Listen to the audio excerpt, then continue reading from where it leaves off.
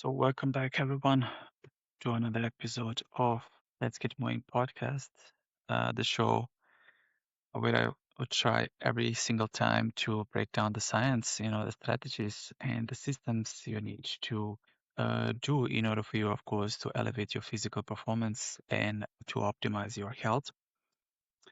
As your host, my name is Ivan Markovic, and I'm absolutely thrilled about today's episode, um, where we're gonna dive a little bit deeper into a topic that is completely reshaping the landscape of human performance nowadays. So, um, if you have been, paying attention lately to the fitness world, you know that the days, of just lifting heavy weights, and try to hope to hit your best PR are long gone. Nowadays, we are living in an era where technology, data, and a deeper understanding of human physiology are colliding hand in hand with the most exciting ways possible. So today we are going to explore a bit deeper about the absolute most important and popular trends dominating in the world of strength and conditioning right now, as we look ahead through all of the 2025 and of course up until today. We're going to talk about the shift, from what happened lately to the total precision of measuring the data and analyzing in a sport performance world. But I'm not going to stop just for the training sessions here and about the strength and conditioning world. So you all know that what you do in the gym is only half the battle, of course. So the other half is arguably the most important half. So probably that is happening right now is happening, of course, in the kitchen. So in the second part of this conversation, I would also like to include a little bit deeper where we're going, and to be very handy and practical in this conversation. So I would like to talk and cover the subject about the macronutrient management systems. Specifically, we're going to look a little bit closely, at the tools that are available right now in our pockets, focusing um, for example, on reviewing the Google Health app, which many of you probably still know as Google Fit or Google Heart. I've been using it lately, and I know many of you are using it as well. So, and we are going to break us down a bit deeper and exactly how it works. So, what are the pros, what are the cons of using this app, and how you can, leverage it to fuel your high performance training. As we discussed later on in this podcast. So let's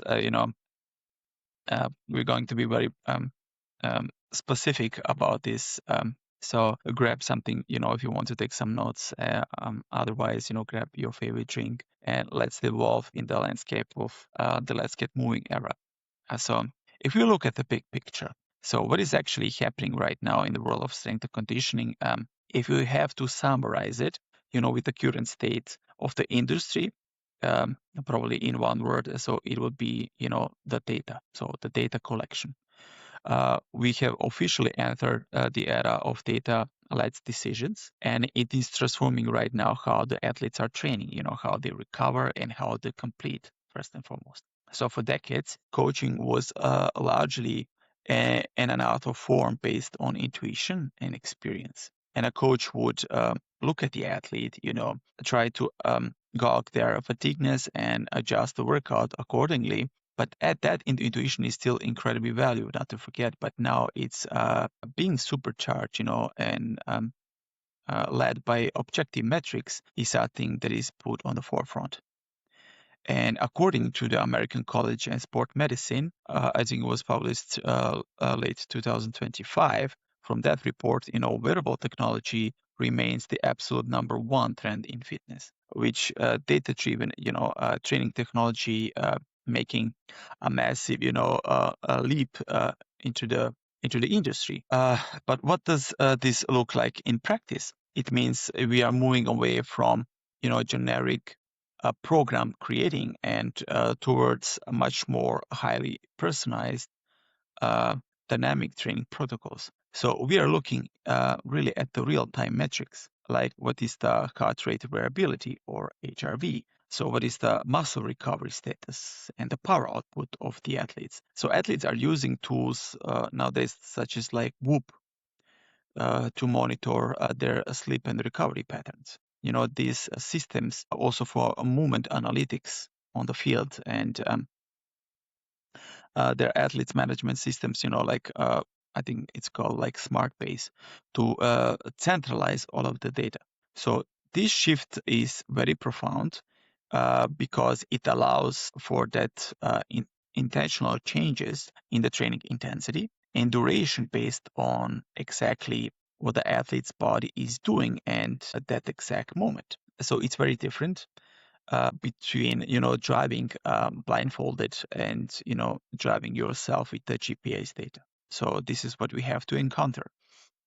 And speaking of data, one of the most exciting applications of this is velocity-based training, or VBT. So velocity-based training has moved from being a niche concept used only by elite powerlifters and athletes to a, a core component of mainstream strength programs for everyone because now it's available. And instead of just prescribing, the weight, say, let's do 3 sets of 5 repetition of 80% of your 1 rep max, the velocity-based training uses these tools like linear encoders to measure the actual speed of the barbell during the lift. So why does this matter? Because your strength fluctuates daily based on sleep, based on your stress management and nutrition.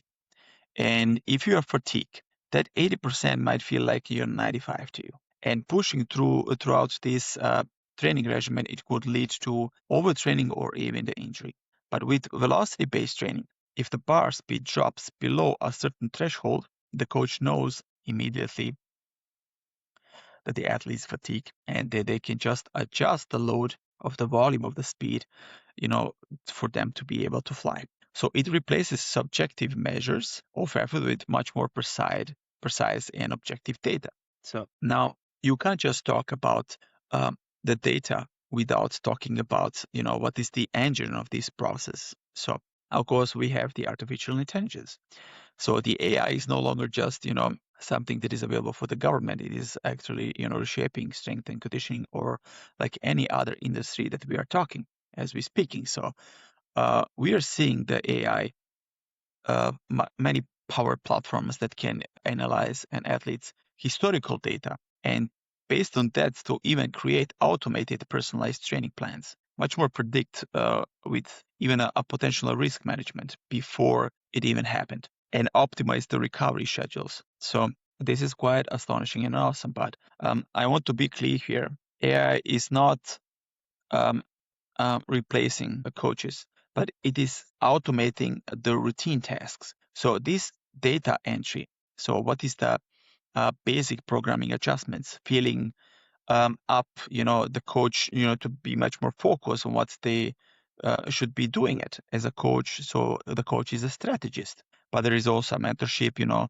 uh, uh, psychologically, also what is the demanding. So everything is in the hands on coach to put a demand on an athlete development. AI is the ultimate virtual assistant for the modern coaching. So this is what I would like to underline here. And this is what it matters the most, even for me and my work. But all this, talk about the training intensity brings us to perhaps the most critical shift in the strength and conditioning world that we know nowadays. So the most important thing, what it is the recovery. And the recovery has undergone a massive shift. And this paradigm, it used to be, everything underlying, rethinkable, something you did if you have time after the workout. But today, recovery is pretty much the bedrock and the backstone of peak performance of each athlete. And we have seen, especially now to this world champion, how far the national teams, the national squads are ready to go. But we now understand that you don't get stronger while you're lifting. So, and just, pushing and doing all of the workouts, you get stronger while you're recovering from lifting it. And today's programming is everything that is built around the recovery. We are seeing nowadays a huge emphasis on sleep optimization, guided by those wearable devices we mentioned. Like Whoop, I'm using my smartwatch. So we are seeing stress monitoring apps that adjust training schedules based on that cognitive and stress load. And the modalities are very expanding. It's not just stretching, mobility, flexibility work. So we are talking about, the red light therapy for cellular repair, infrared saunas, steam rooms, and very incredibly popular, cold plunges. So, and the evidence supports this shift. Studies have shown that athletes who implement personalized recovery strategies can really reduce the injury rates by up to 30% compared to the traditional approaches for the persons who are not using any recovery tools. So this is a massive competitive advantage. Please understand this. This is very important. But before we move on to a nutritional breakdown, I would like to touch on two more vital trends here. So the first one should be the long-term athletic development. This industry is finally shifting away from the, that dangerous mindset, of win now at all costs, and they are focusing much more on sustainability, lifelong performance. And this is a huge shout out to all of the persons, to all of the coaching staff who are using this. For young athletes, this means a multi-sport approach rather than just, early specialization, which we know it drastically increases the injury risk. But it means prioritizing movement quality first thing first. Then we have the mobility, the gradual strength gains over just hitting, just a personal press every week. So these principles ensure that an athlete isn't just, great at the age of 18, but it's still healthy, very strong enough, and capable at age 40 or even beyond that to perform at the highest level. And that ties perfectly into that final trend, that the resistance training is now recognized as a fundamental pillar of general wellness, not just for the athletic performance, but for that. So as well, we are seeing a cultural shift where the gym or the weight training is being embraced by everyone. From very youth to seniors to someone who is just adaptive athlete. So the benefits for that mental health, for that bone density, or even just a cardiovascular function are undeniable. And the strength training is quite literally a medicine here, as we all show and confirm with the science. So that is the landscape. We are training much more smarter. We are recovering harder and faster, which is also quite important. And we're using those data to guide every single step of our journey later on. But to fuel this high-tech, high-performance machine, you need also the right materials. And that brings us to the second half of the show that I would like also to address about the macronutrient management. So I would like to explore, not just in terms of strength and conditioning, why we are highlighting these data with the AI, and the focus on recovery is, of course, transforming the way how we train. But as I mentioned earlier, all that sophisticated training is only as effective as the fuel we put in our body.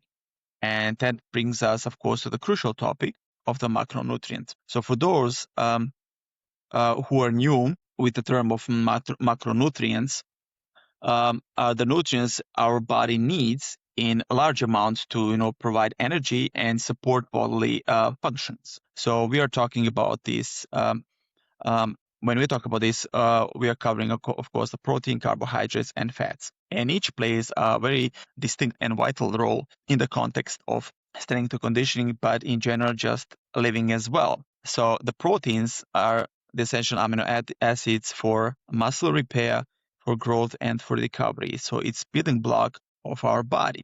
carbohydrates on the other side. So it's the body's primary source of energy, fueling, of course, our workouts and replenishing glycogen stores. And in shortly, the fats are crucial for, of course, for hormonal production, for the nutrient absorption, and providing a concentrated source of energy, of course. So understanding and managing your macronutrient intake is fundamental for optimizing your performance, also even your body composition and just overall health. But if you want to be honest here, manually tracking everything you eat can be, tedious and even overwhelming. Even for me, I know. So I used to hate it. But this is where nowadays the technology steps in, making those dietary tracking more accessible and insightful than ever before. I know during my period of time when I was a teenager, I had to write everything down and had a journey.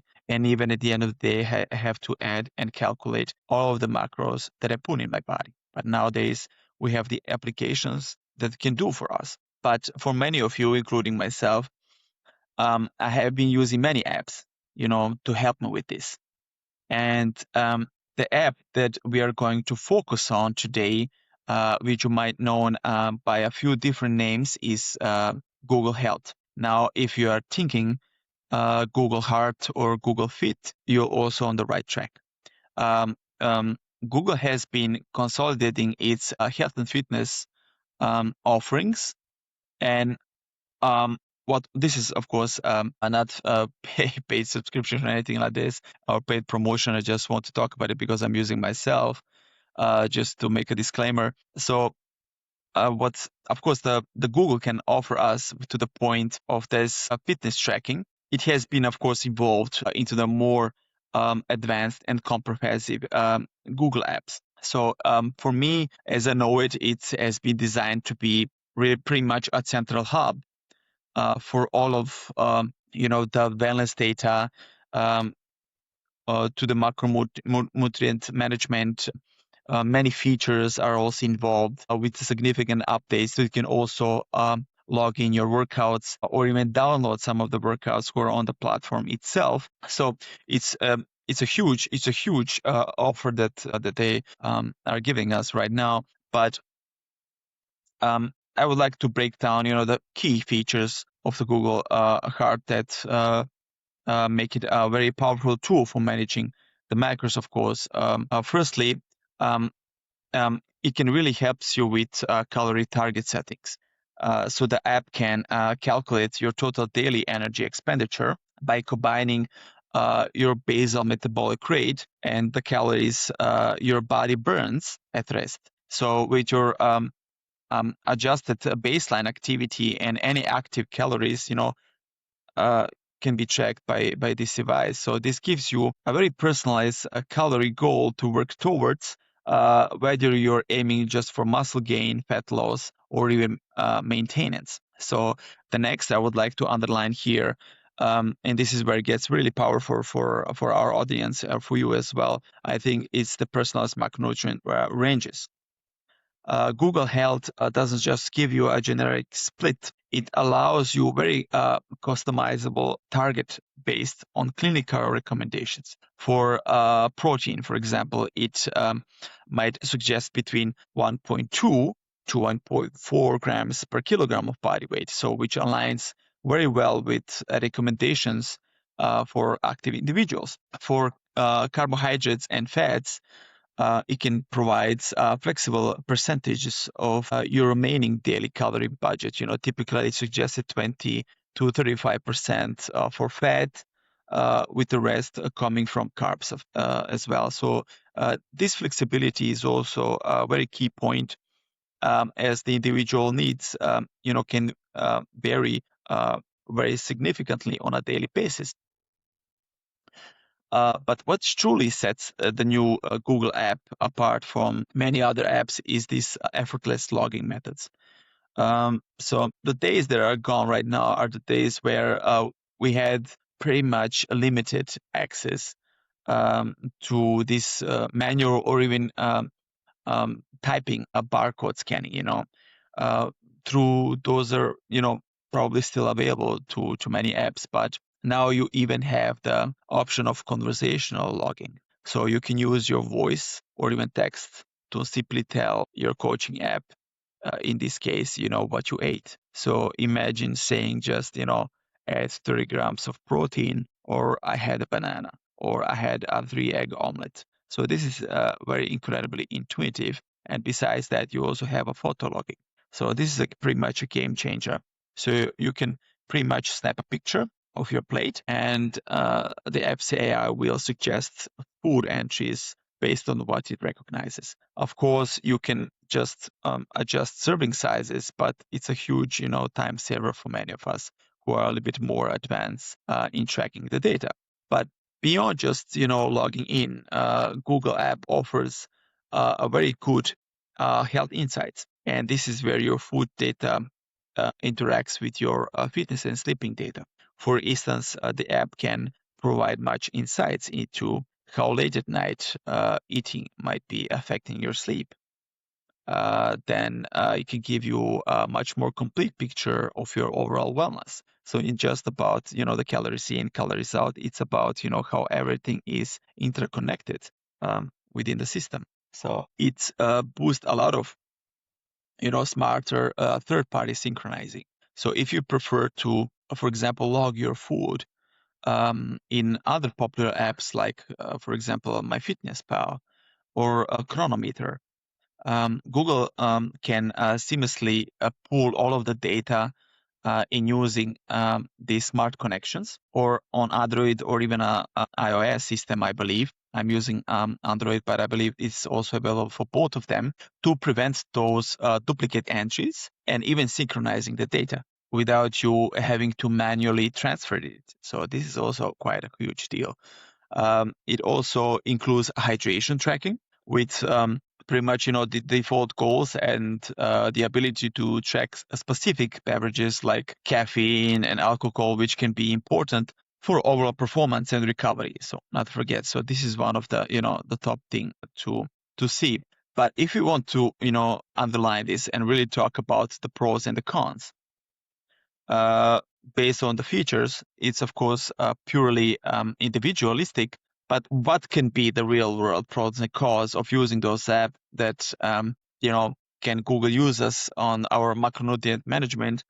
If you want really to break it down, my personal opinion is, of course, the convenience accessibility. I will put it on the first place. So that's the multiple logging methods, especially, with a conversational option, or even photo logging where you can just snap your food or make a picture of a barcode, makes it incredibly easy to track your intake on the go. It's in your pocket because you can use it on your app. It gives you basically also a holistic view by integrating nutrition with other health metrics like the activity and sleep, or even your heart rate availability. Even you can also log in some medical performance data, and it's much more comprehensive, understanding of your body responses and needs. This can help you make more, informed decisions about your overall lifestyle. They can be much more personalized. So the ability to set those customizable calorie and macro targets based on your clinical recommendations means the app can adapt to your specific goals and body type, moving much more beyond, to one size approach like everybody are doing it. So the seamless data from this app that flows from other popular nutritional apps is very huge plus. And if you have a favorite food logging app, you can just likely continue using it while you can still centralize your data in a Google Health app. So it's a very user-friendly interface. As with most Google products, the app is designed to be intuitive and easy to navigate, reducing the basic barriers, all of the barriers to entry, and hindering you of those consistent tracking. But being a part of the Google ecosystem, it's very good because it's free or included, of course, making much more advantages to this part of the the scale if we want to talk about the cost-effective accessibility without making you that you have to pay this subscription fee. And it also have the AI powered user features. So with those conversational and photo logging features, it can leverage those AI concepts significantly to enhance the accessibility and the speed of data entry. So making tracking much more less of some kind of additional chore to have to do. But what are the controversials about using the Google Health as macronutrient management, as maybe like for all of the fitness apps, is of course the question of accuracy, especially when it comes to AI or those photo loggings. So while on the other hand, it's very impressive, AI food recognition and portion sizing are very perfect. So there is a potential for inaccuracies, definitely, especially with complex meals or less common foods that we see on a daily menu. So it requires manual correction, definitely. And of course, the database limitations. Like any food tracking device or app that we have, it's a database may not just contain every specific food item, particularly if it's niche provided product, maybe even some kind of homemade recipe. Or some ethnic dish that is not available in every country. So it can lead to some frustrations, of course, and even give you some extra time to use this manual entry. But everything depends on the user, I think, and your input. So I think any app is only as good as the data you put into it. But the consistency and the accurate logging is crucial for all of the meaningful insights. And the inconsistency can lead to screwed data and even poor recommendation from the app. So you have to be very thorough when it comes to it. So for me, basically, when I put some input into my app, I'm also gonna put the video. They can see I just even type any food product that I ate separately. For example, if I ate rice, I will put rice. If I ate uh, 3 eggs, I will put 3 eggs. If I put bacon, I will put bacon. So this is how um, deductible I will gonna be and precise. But not forget the privacy concerns. This is also one of the huge topic. Centralizing your data, your private data, with the major tech companies. Like Google can raise a very valid privacy questions for some of you. So it's very important to be aware of all of the data policies and of course the generic recommendations. This is what I will push to extend. And while it's very personalized, the app recommendation is purely generalized to every one of you. You cannot replace the nonsense, individualized advice of registered dietitian or a nutritionist for just complex dietary needs or some medical conditions, or even for elite athletic performance, especially in those cases. Um, uh, it can even lead this massive usage for brings the potential for obsession. And for some individuals, the act of meticulously tracking every macro can lead, to really unhealthy obsession with food, fostering anxiety or even disorder eating, if we have like a specific, especially wrong metrics. So you have to understand it's a tool that needs to be used very mindfully. But that's a learning curve, despite its all of the user-friendly designs. The new users might still need time to adapt and use all of the features with all of the integrations and to avoid the nonsense of effective macronutrient tracking. So Google Health offers a very powerful, convenient, and increasingly intelligent way to manage macronutrients. Not to, it's no doubt about that, but it's also a very good tool for increasing just the awareness and making you as a data-driven adjustment to your body, to your diet. But it's crucial to understand also the limitations and use it as a tool to support your goals rather than just letting it dictate you and your entire relationship with food. So this is where you have to diversify this. Based through all of this, I think we cover a lot. But from the cutting edge trends in the world of strength and conditioning, through all of these intricate details of macronutrient management, with a Google Health app, we should, let's try to bring it all together.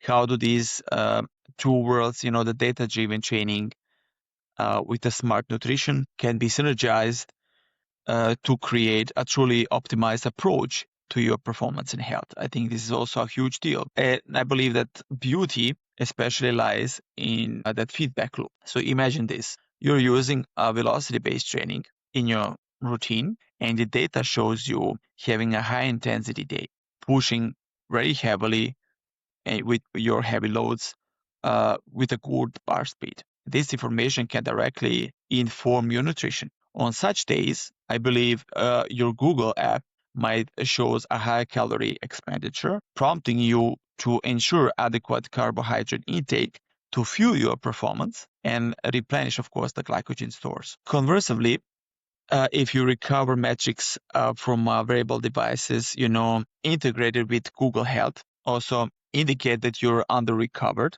You can also might just, adjust your training intensity and your macronutrient timing. Perhaps maybe prioritizing protein for repair and slightly reducing that overall volume. Just not to overtrain or put you in a danger position to be injured. So this is the beautiful synergy between the AI and strength and conditioning. This is what I love about it. And the AI in those nutritional tracking is also becoming very increasingly powerful tool. So the AI coach might suggest you a specific training block, and nutrition app can, then help you ensure that your dietary intake supported training stress.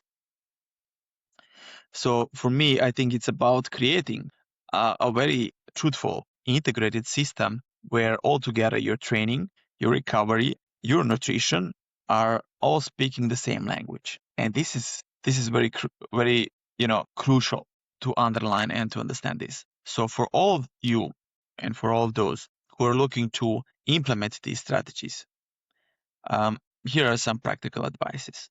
Just some tips for that effective macronutrient tracking, whether you're just using Google Health app or any other similar app. So you should start simple. Don't try to perfect everything on the first day. Begin just by focusing on one or two macros, like protein, and gradually incorporate others as you get comfortable of knowing your body and how your body expenditure is. Believe me, consistency beats perfection anytime. So be consistent in this case. And the more regularly and accurately you log, put really exactly one thing to another what you're using it, the better insights you will gain. And treat it, of course, like a data collection process of your body. And use the AI available features. I'm using, of course, the smartwatch. So experiment with conversation and photo loggings, of course, not to forget. These features are designed to make your life easier. So leverage them, of course, to your advantage. While the apps are very powerful, uh, they are not mistakable. So if something looks off, of course, or if you're unsure about the food item, the cross-reference should be here, look, please, with a reliable source of foods and label that you're using it. So don't rely just purely on the app's data. Please checking it correctly and then answering the data correctly. So, but above all, listen to your body. This is perhaps the most important tip that I can give it to you. Technology is just purely a tool, a guide to our life management. So not the sole dictator of our health. Please understand this. So pay attention to how you fuel your body, what is of course, your energy levels, how your recovery is going, and your performance. And if the numbers on your app don't align with your physical experience, please trust your body and adjust accordingly first. So above all, your body is the ultimate biofeedback mechanism, number one. So it should be also above the AI. And not to forget, now and especially in many occasions, I often get questions about macros and tracking. So I would also like to address this in a new video of mine with the most common misconceptions to, of course, to you, my listeners, who wants to question that is, of course, resonant to this topic and around this topic. So please stay tuned until our next chapter. Of course, I'm going to be almost here on a daily basis to give you updates. So I just hope that you enjoyed today with this briefly episode. I just want to say to you thank you, and so keep moving and keep optimizing your health. So until the next time, bye bye. I love you all and stay safe.